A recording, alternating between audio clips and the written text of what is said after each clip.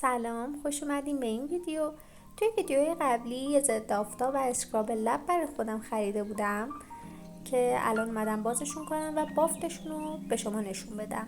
از بافت ضد آفتاب که خیلی راضی بودم، خیلی خوشم اومد، ولی خب قطعا دورش رو که تموم کنم میام بگم که چه اثراتی روی پوستم داشت، راضی هستم یا نه و آیا دوباره خریداری میکنم یا نه.